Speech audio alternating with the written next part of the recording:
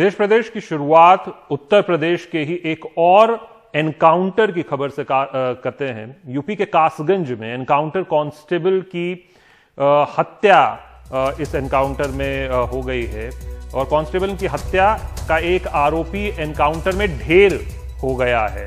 आपको ये बता दें कि ये मामला कुछ विकास दुबे कांड की ही तरह है, जहां पर जो आरोपी था, शराब माफिया था, उसको पकड़ने के लिए उसके पास गए ये कांस्टेबल और दारोगा, और शराब माफिया ने इन दोनों को पीट कर कांस्टेबल की इसमें हत्या हो गई थी और दारोगा को अधमरा कर दिया था और उन्हें खेत में फेंक दिया था। दोनों पुलिसकर्मी वारंट की तामील करवाने गए थे। उसी दौरान बदमाशों ने उन पर जानलेवा हमला किया था और इसने विकास दुबे कांड की याद जरूर दिला दी थी। लेकिन अब एक इनमें से आरोपी जो है उसकी एनकाउंटर में उसे मार गिराया गया है। मुख्यमंत्री योगी आदित्यनाथ ने इस दौरान कहा है कि दोषी नहीं बचेंगे, साथ ही रासुका लगाने का भी निर्देश दिया है। अब बात उन किसानों की करते हैं जो दिल्ली के आंदोलन में शामिल होने आए हैं लेकिन फिलहाल तिहाड़ जेल में बंद हैं। 26 जनवरी की घटना के बाद दिल्ली पुलिस ने 121 लोगों को गिरफ्तार किया। इनमें पंजाब, हरियाणा, दिल्ली और यूपी के किसान शामिल हैं। इन तमाम लोगों की कानूनी लड़ाई लड़ने का बीड़ा दिल्ली सिख गुरुद्वारा प्रबंधक कमेटी ने उठाया है।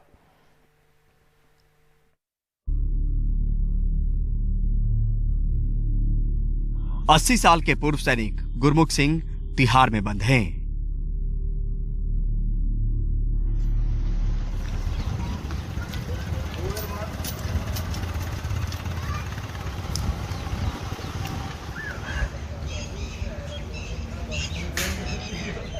पंजाब के फतेहगढ़ साहब के समसपुर सिंघा गांव का यह बुजुर्ग भी आंदोलन की आवाज बनने आया था, लेकिन 26 जनवरी की घटना के बाद पुलिस ने इन्हें गिरफ्तार कर लिया।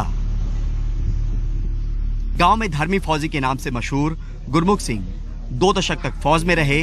सूबेदार के तौर पर 1984 में रिटायर हुए।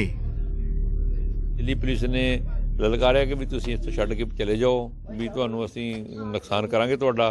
ते गुरमुख सिंह समशपुर उस टाइम उत्थे मोर्चे की अगवाई कर रहे सी। वो कहंदे भी असीं छड्ड के नहीं जावांगे ते असीं इत्थे मरन लई तैयार हैं। ते उस करके वो पुलिस ने उन्होंने फिर अरेस्ट कर लिया भी तुहाडी गिरफ्तारी असीं कर लेनी है। ते गिरफ्तार होने लई तैयार हो गए। गिरफ्तार करके उन्होंने फौज से रिटायर 70 साल के जीत सिंह भी सलाखों के पीछे दिल्ली के तिहाड़ जेल में कैद हैं।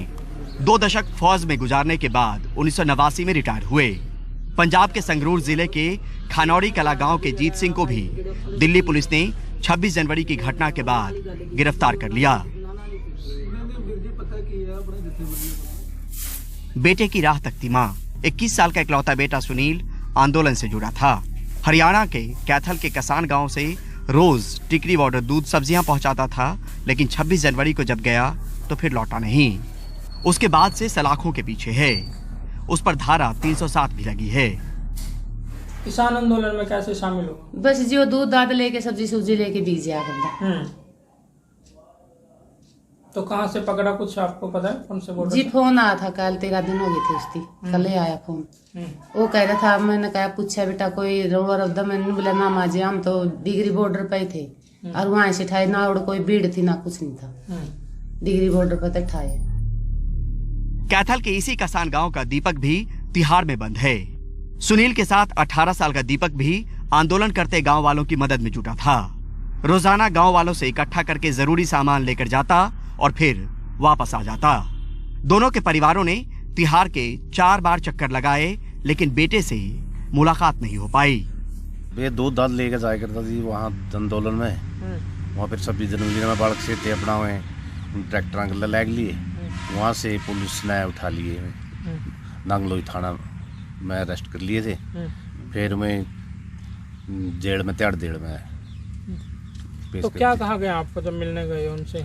क्या तो यही कहते हैं आलू टाइम नहीं है, कोई यहाँ जवाब नहीं देते। कितनी बार कोशिश की आपने? 4 बार जाली थी, कोई मिलने का टाइम नहीं देते। जेल में बंद ऐसे 121 लोगों की लड़ाई लड़ने का फैसला दिल्ली सिख गुरुद्वारा प्रबंधक कमेटी ने किया है। 120 लोग 21 लोग पकड़े गए थे। इसमें हरियाणा से भी हैं, दिल्ली से भी हैं, पंजाब से भी हैं और उत्तर प्रदेश से भी हैं।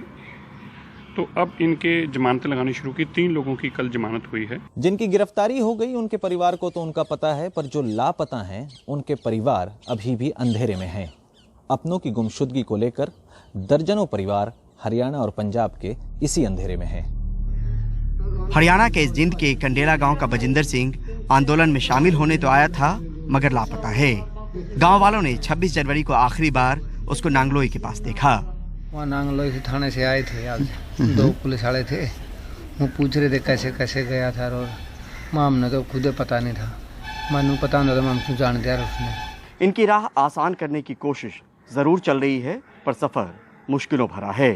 पहले लड़ाई कृषि कानूनों को लेकर ही सिमटी थी, पर अब खुद की भी लड़ाई लड़नी होगी। कानूनी पेचीदगियां हैं जो पीछा नहीं छोड़ रही, जिसको लेकर इनकी चिंताएं भी हैं और सामने चुनौतियां भी।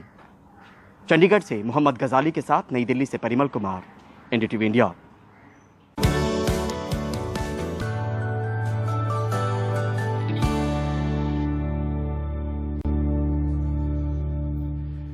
बिहार में 85 दिन बाद 17 नए मंत्रियों ने शपथ ली है। बीजेपी ने नए मंत्रियों की सूची देने के बाद ये संभव हो सका है और शाहनवाज हुसैन राज्य के नए उद्योग मंत्री बनाए गए हैं। लेकिन नीतीश ने इस विस्तार के बाद फिर साबित किया है कि भले बीजेपी विधायकों की तादाद ज्यादा हो, लेकिन बॉस वही है। देखिए,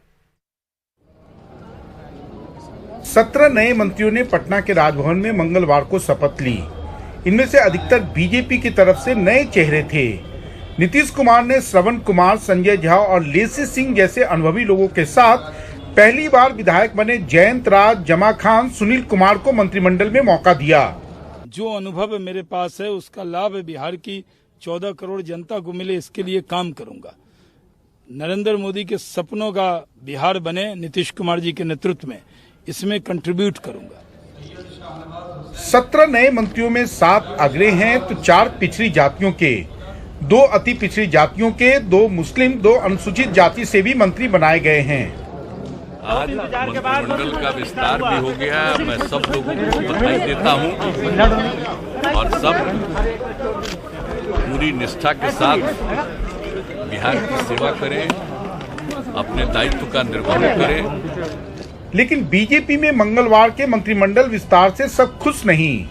जातीय संतुलन है, जो क्षेत्रीय संतुलन है उसको ध्यान, जो अनुभव का संतुलन है उसको ध्यान में नहीं रखा गया और किसी जिले से 3-3 मंत्री बनाए गए, कहीं से कहीं पूरे कम स्तरी खाली रहा, कहीं से नहीं बनाए गए। जो कठिन ये से जीत के आए हैं उनको मंत्री नहीं बनाया गया, साफ सुथरे छवि वाले को नहीं बना के कई दागी लोगों को बनाया गया, कई मैच्योर्ड लोगों को बनाया गया। मंत्रिमंडल में लगता ही नहीं है कि कोई भारी भरकम चेहरा मंत्रिमंडल में है। 2 उप मुख्यमंत्री बनाए गए शुरू में, उसमें सबसे ज्यादा अपर कास्ट के लोग जीत के आए हैं। आज के मंत्रिमंडल विस्तार के बाद अगर आपको ये जानने में दिलचस्पी है कि नीतीश और बीजेपी में कौन किस पर भारी है, तो निश्चित रूप से संख्या बल के आधार पर बीजेपी को बढ़त हासिल है। लेकिन विभागों की संख्या और उनके नामों को अगर आप देखेंगे तो ये गलतफहमी दूर हो जाती है और ये साफ होता है कि नीतीश अपने सहयोगी बीजेपी पर कहीं से 19 नहीं बल्कि 20 ही हैं। कैमरामैन हबीब अली के साथ मनीष कुमार, एनडीटीवी इंडिया के लिए। बीजेपी के राष्ट्रीय अध्यक्ष जेपी नड्डा ने आज पश्चिम बंगाल के बीरभूम के तारापीठ से परिवर्तन यात्रा की है। शुरुआत की है उसकी। यहां एक रैली को संबोधित करते हुए उन्होंने ममता बनर्जी पर जमकर हमला बोला। नड्डा ने कहा कि ममता बनर्जी को न मां की चिंता है न माटी की, उनको केवल तानाशाही से मतलब है, जबकि प्रधानमंत्री मोदी के दिल में बंगाल बसा है। जेपी नड्डा ने कहा कि प्रदेश में अब परिवर्तन की जरूरत है, जो होकर ही रहेगा।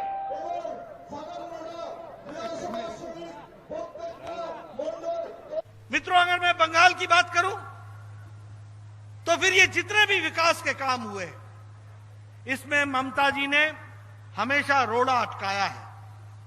बार बार कहा कि बंगाल के साथ अन्याय हो रहा है। सच्चाई ये थी कि बंगाल के साथ मोदी जी ने न्याय किया है, अन्याय किया है तो ममता जी ने किया है। इस बात को हमको समझना चाहिए। बंगाल में आने के समय कहा गया था कि मैं मां, माटी, मानुष, इसकी रक्षा होगी। मित्रों, मां का सम्मान नहीं हुआ, माटी की रक्षा नहीं हुई और मनुष्य के बारे में कभी चिंता नहीं हुई। ये इनका ट्रैक रिकॉर्ड है 10 साल का। क्या किया इन्होंने? तानाशाही, टोलाबाजी और तुष्टीकरण।